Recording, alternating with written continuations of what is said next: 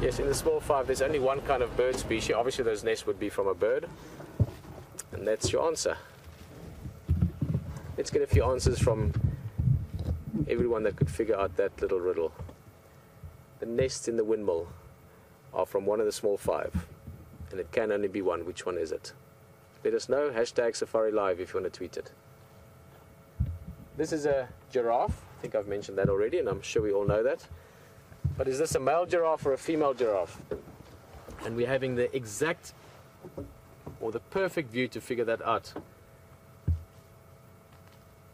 And that's by looking at the tops of those horns, those hard, it's actually skin on top of the horn, but it's bold skin.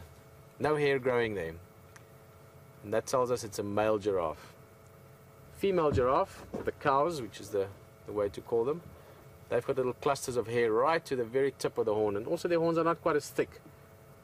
Secondly, if you look carefully between the ears, lower down from those horns, of course now it's behind the twigs, but I'm sure you could see it earlier, there's quite a sort of knobbly horns there as well. It's like a second, it's not really full horns, but call it, you know, extra growth on the skull. And as they get older, these bulls gets bigger, but also on the front of the skull, on the forehead, you can sometimes have more bone growth, even to the point that it sometimes even looks like another one or two horns growing on the front of the skull, giving it more weight, making it stronger, making the bull a potentially better fighter. And this is actually the first giraffe that I've seen since we've been back. Yeah. Yeah, thinking back, I know H saw one, Hayden saw one a couple of days ago. He saw one big bull giraffe apparently as well, but we haven't been seeing too many of them. This guy's in great condition though. Very, very healthy. Beautiful as well. Amazing animals.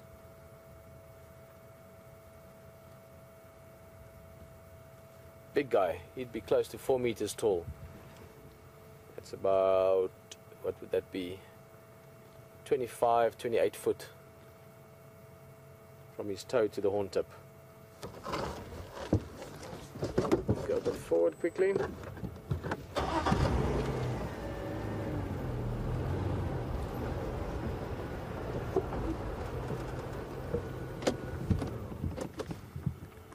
It's interesting what he's eating at the moment. It's not something that they eat loads of. It's something that me and you can't eat. We spoke about it earlier, and we had that question about the digestive systems. Leopard and lion, don't they get sick from eating old meat or rotten meat? Now, what this giraffe is eating at the moment, it's a tree called a tambuti, and it's part of the euphorbia family, which is all these plants that has this poisonous milky latex in the leaves and the bark. And if you or I were to eat, probably not even that much, if we ate a handful of these leaves, I mean, it wouldn't taste good and it would burn your mouth, so you'd know all about it. But if you were to eat about a handful of those leaves, you'd be in some serious problems or trouble.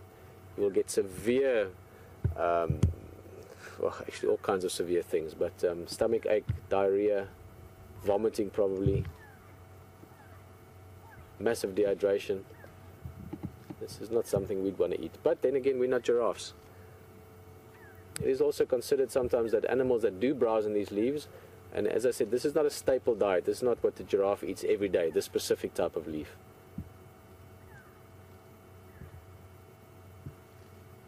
But kudus, black rhino, they also eat this. And it has been suggested that maybe it's to help with internal parasites a little bit. Help clean the stomach.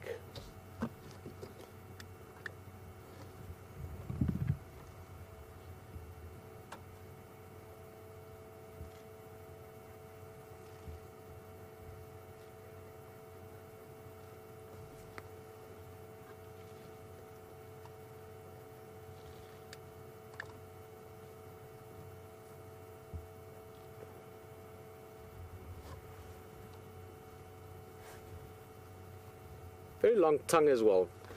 Again, being browsers and being very, how shall I say, specifically evolved for their niche.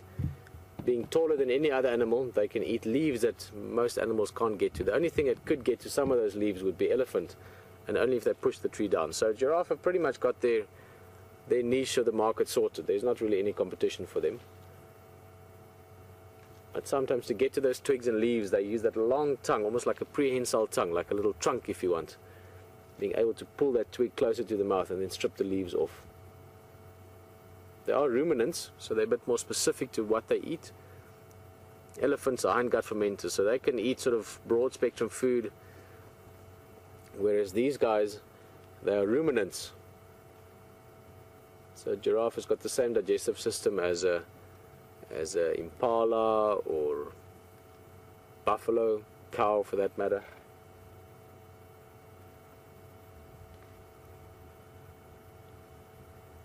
I just heard a strange sound. Almost sounded like a horse. Yeah, could you hear that? Oh. Now, the only animal that I can think of that made that sound is an animal that hardly ever makes a sound. And it's what we're looking at the moment, is a giraffe. They don't really make a lot of sounds. I've heard that sound from a giraffe maybe 4 or 5 times in my life. I can't really think what else it was. Zebra, but this is unlikely terrain for a zebra. Sounds like that.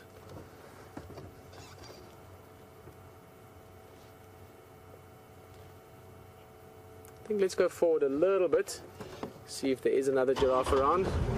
I'm a little bit puzzled now. I like being puzzled when I'm in the bush, hearing something I'm not sure what it is. Let's see if we can spot it.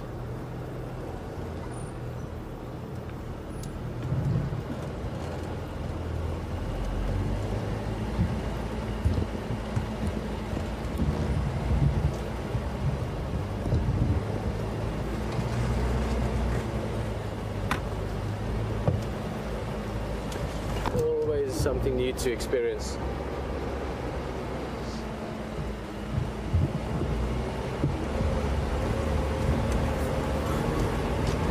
Yeah, there's another giraffe. We're not going to look at it much, we can't see much of it, but just to show you, it's a different giraffe from the one we saw earlier. Oh, are we going to see that? Right, there's a tiny little window. It looks like a female perhaps. Just through, you see it? Just there. Yeah, just through those.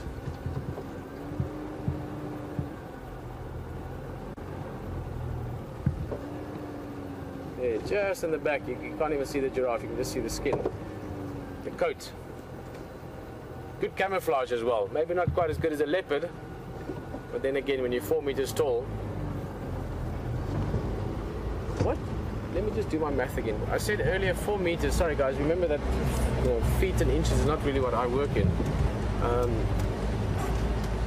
2 meters is about 7 foot. Oh, I think I said 28 foot. That would be a cool giraffe. Let me just correct myself there. So we're working in about 7 foot for 2 meters. So a 4 meter giraffe, a big giraffe, would be about 14 feet. That's more like it. A 28 foot giraffe would be remarkable. It would be twice the height of the tallest giraffe recorded before. So sorry for that miscalculation there.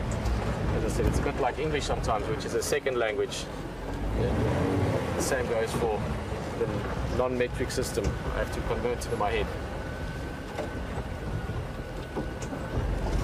Let's go have a look at Red Dam. It's just up ahead.